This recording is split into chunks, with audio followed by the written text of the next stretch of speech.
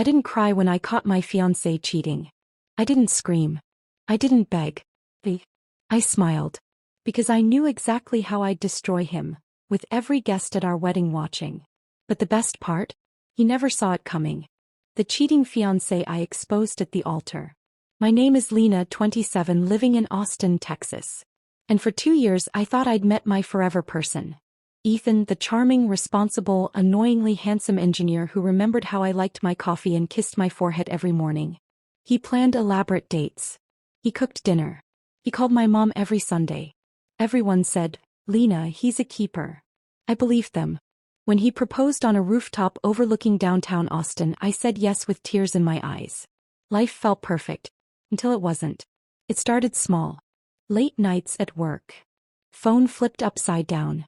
Random new cologne he got as a gift. A coworker named Sabrina suddenly in every story.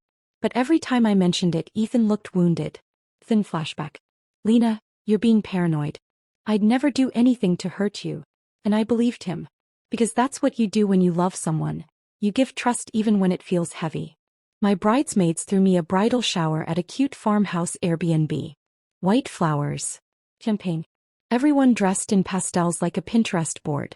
Ethan wasn't supposed to be there. But halfway through opening gifts, my maid of honor Jenna quietly pulled me aside. Her face was pale. "Jenna. Lena. There's something you need to see." My stomach dropped. She handed me her phone. A video had been sent anonymously. Ethan. In our bed. With Sabrina. 2 nights ago. And the worst part? Sabrina was wearing my silk robe. The one Ethan bought me for our engagement night. I didn't cry. I didn't collapse. I didn't storm out screaming. I just froze. Like something inside me snapped so cleanly it didn't hurt yet. The room buzzed with chatter and laughter while I stared at the screen replaying the betrayal in loops. Then a strange calm settled over me. A scary kind of calm. If Ethan wanted to play games, he was about to lose spectacularly. I didn't cancel the wedding. Actually, I made it even bigger. Upgraded the venue. Added more guests. Made sure both his parents' church friends were invited. Because I needed an audience. Meanwhile, I started gathering evidence. Screenshots. Call logs. Messages. The video timestamp. Even a recording Sabrina accidentally left on voicemail, moaning included. Jenna and my bridesmaids helped build the ultimate revenge package.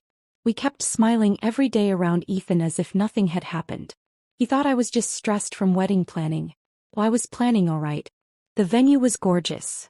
A rustic Texas ranch with hanging lights and a floral arch. Guests filled the seats.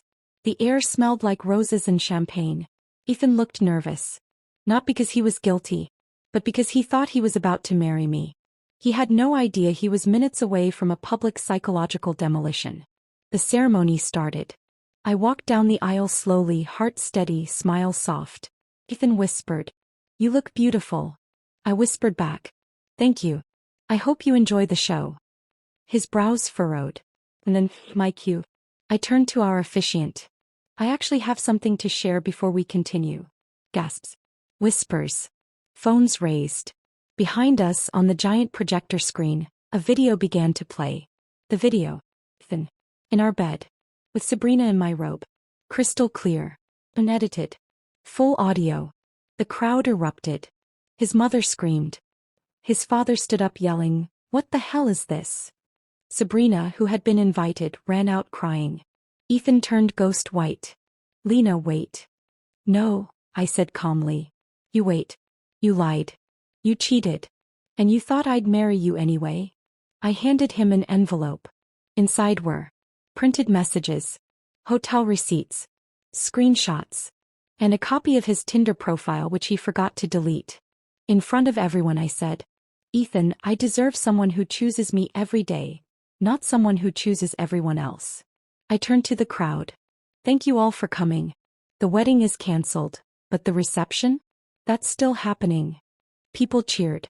Ethan staggered away humiliated as I walked out surrounded by my bridesmaids like a queen leaving a battlefield. We danced. We ate. We drank champagne like nothing bad had happened. Honestly, it was the best party of my life. Guests hugged me saying, "Good for you. You're so strong." He deserved that. And the best part? The venue was in my name. All refunds from the cancelled ceremony, also in my name. Ethan ended up paying his share for a wedding that never happened. I blocked him everywhere. Returned the ring. Started therapy. Bought my own apartment. And 2 months later, met someone who actually treats me like a human being. Life got better the moment I stopped begging for bare minimum. To anyone listening, if someone shows you who they are, don't wait for them to change. Choose yourself. Even if your voice shakes. Even if it hurts. Because the moment I walked away from Ethan, I walked into the best version of my life.